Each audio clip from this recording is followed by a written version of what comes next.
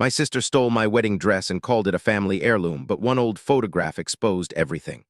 The first time I realized something was seriously wrong was when my sister showed up to my bridal shower wearing my wedding veil.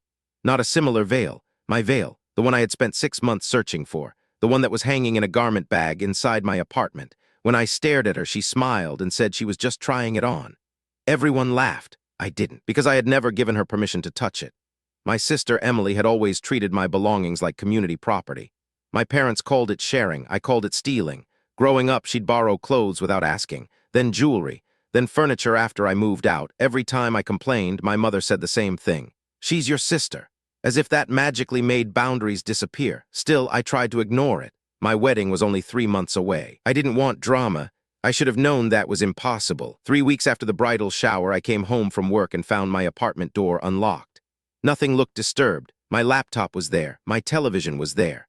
My purse was untouched. Then I checked the closet. The garment bag was gone. For a moment, I genuinely thought I was losing my mind. I searched every room. Then I searched again. The dress was gone. I called my fiancé, Ryan. Then I called my parents. Then I called Emily. She didn't answer. My mother did. And her reaction was strange, almost rehearsed. She didn't sound surprised. She sounded annoyed. Maybe you misplaced it. I was staring at an empty closet. How exactly was I supposed to misplace an entire wedding dress? Ryan drove over immediately. He helped me search. Again, nothing. By that evening, I was panicking. The dress wasn't just expensive. It had taken nearly a year to save for. I finally texted Emily, "Did you take my dress?" Her reply came 10 minutes later. Just one sentence, "It's not your dress." I remember reading it 3 times, and a fourth, then a fifth. I called her immediately. She answered. For some reason, she sounded completely calm. "Mom already explained everything." No, she didn't. It belongs to the family. I actually laughed, not because it was funny, because it made absolutely no sense. What family? Our family. Emily, I bought that dress. Not really.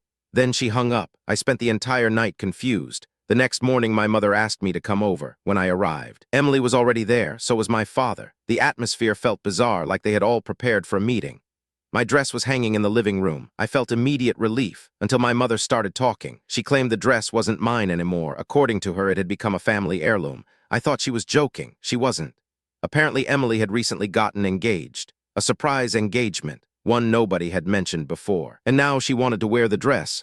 My dress, at her wedding, which was scheduled 6 weeks before mine. I sat there waiting for someone to laugh. Nobody did. Then my father said something I'll never forget. Emily would look better in it. The room went silent. Even Ryan looked stunned. I felt like somebody had slapped me. Suddenly, this wasn't about a dress anymore. It was about something much older, something familiar. Emily had always been the favorite, the prettier daughter, the more outgoing daughter, the daughter who needed support, the daughter who got second chances, the daughter who somehow always ended up with things that originally belonged to me. But this was different. This was my wedding. I told them the dress was legally mine. I had the receipts. I had the purchase records. I had photographs. My mother waved her hand dismissively.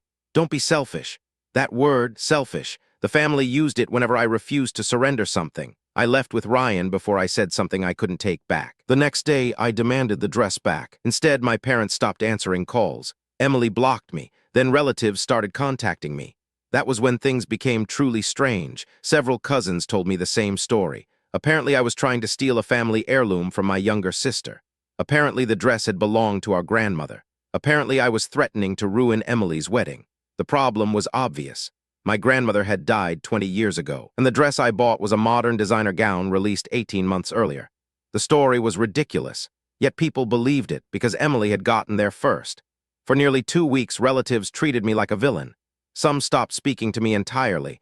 Others sent passive-aggressive messages. One aunt accused me of destroying family traditions. I asked which tradition. She couldn't answer, but she still believed Emily. The situation became so absurd that I started questioning whether I was missing something. Then, I remembered something important. Emily hated my dress when I first bought it. She'd openly mocked it. She called it boring. She called it plain. She said she'd never wear something like that. So why was she suddenly obsessed with it? That question kept bothering me. Then another detail surfaced. Emily's wedding venue looked suspiciously familiar, very familiar, because it was the same venue Ryan and I had booked. Same ballroom, same garden, same reception hall. At first, I thought it was coincidence. Then I learned she'd hired the same florist, the same photographer, the same makeup artist, the same wedding planner, every single vendor, every single detail. It wasn't coincidence. She was copying my wedding, and nobody seemed concerned. When I confronted my mother, she claimed imitation was flattering. I disagreed. especially because Emily's wedding was scheduled before mine, meaning everyone would assume I copied her. That realization hit me hard. The dress wasn't the goal. The dress was part of something bigger. I just couldn't figure out what. Then my grandmother's sister called me. She was 81 years old and furious. She wanted to know why everyone kept talking about a family heirloom that didn't exist. I explained everything. She became quiet. Then she told me something unexpected. Years earlier, when Emily was 16, she'd overheard an argument between my parents. An argument about me. Apparently, my mother had complained that I always attracted more positive attention during major life events. Graduation, college acceptance, career milestones, engagement. According to my great-aunt, my mother worried Emily felt overshadowed. At the time, I dismissed it. Parents say strange things, but then my great-aunt added something else. Your mother has spent years trying to make things equal. Equal. That word stayed with me because nothing had ever felt equal. Emily received extra help, extra money, extra forgiveness. The family wasn't trying to make things equal. They were trying to make Emily feel like she was winning. Suddenly, the pieces started fitting together. Then Ryan discovered something even stranger.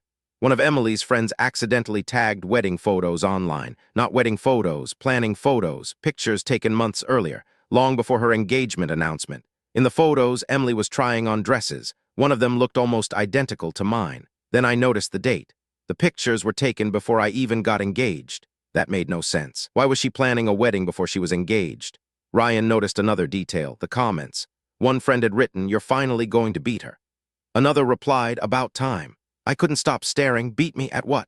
That was when I realized this wasn't really about marriage. It was competition, a competition I never knew existed. But Emily had apparently been participating for years. I confronted her fiancé, not aggressively, just a conversation. And honestly, I felt sorry for him, because he looked exhausted. Within 20 minutes, he revealed more than he probably intended. Emily had become obsessed with my engagement. The day Ryan proposed, she'd cried for hours, not because she wasn't engaged, because people were talking about me. She reportedly spent months comparing our lives, comparing salaries, comparing homes, comparing relationships, comparing social media reactions, comparing everything. Then he accidentally revealed the most important detail. Emily wasn't originally planning a wedding that year. She moved the date after learning mine. I sat there speechless. The entire thing had been deliberate, every choice, every vendor, every timeline, every detail. Then came the revelation that changed everything. Her fiancé mentioned a photograph Emily kept showing people, claiming it proved the dress was a family heirloom. I asked to see it. He sent it to me. The moment I opened the image, I started laughing. Not because it was funny, because it was unbelievably stupid. The photograph showed my grandmother wearing a wedding dress. At first glance, it looked vaguely similar to mine.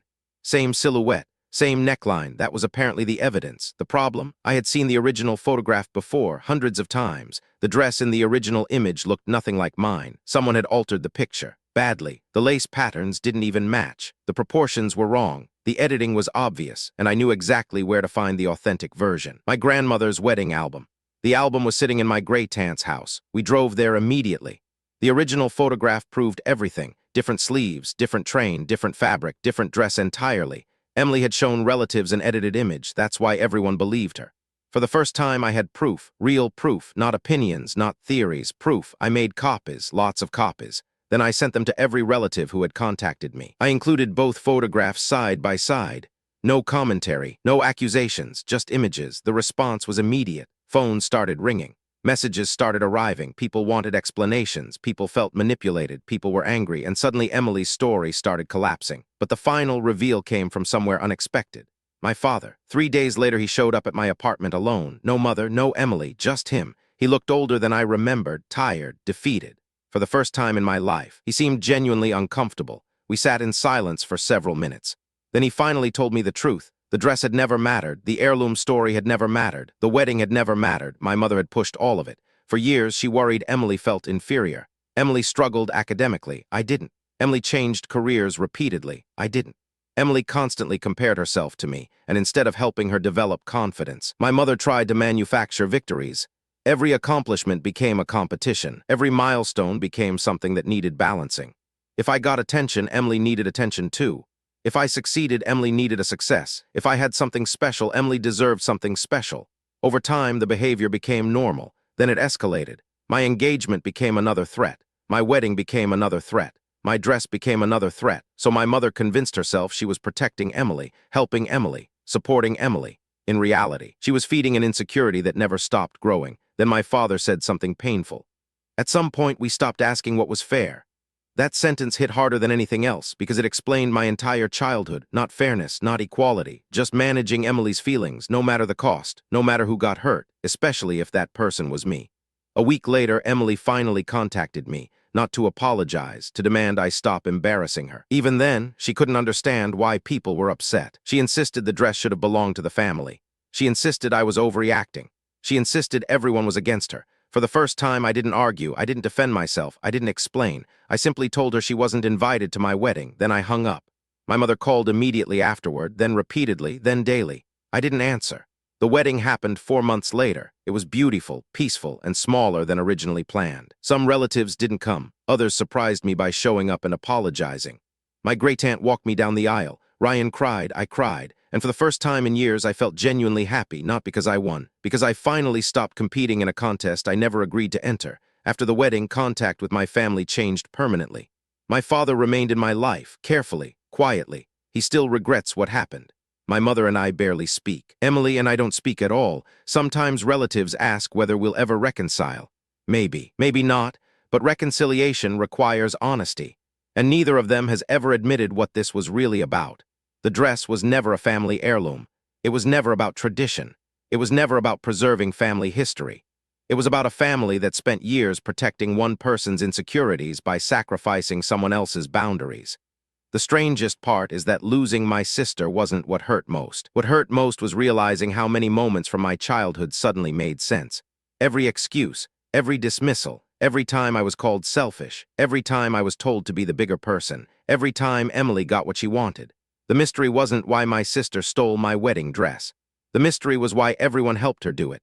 And the answer turned out to be far more painful than the theft itself. Because a stolen dress can be replaced. A wedding can move forward, but once you realize your family spent years rewriting reality to protect a favorite child, you can never see those relationships the same way again.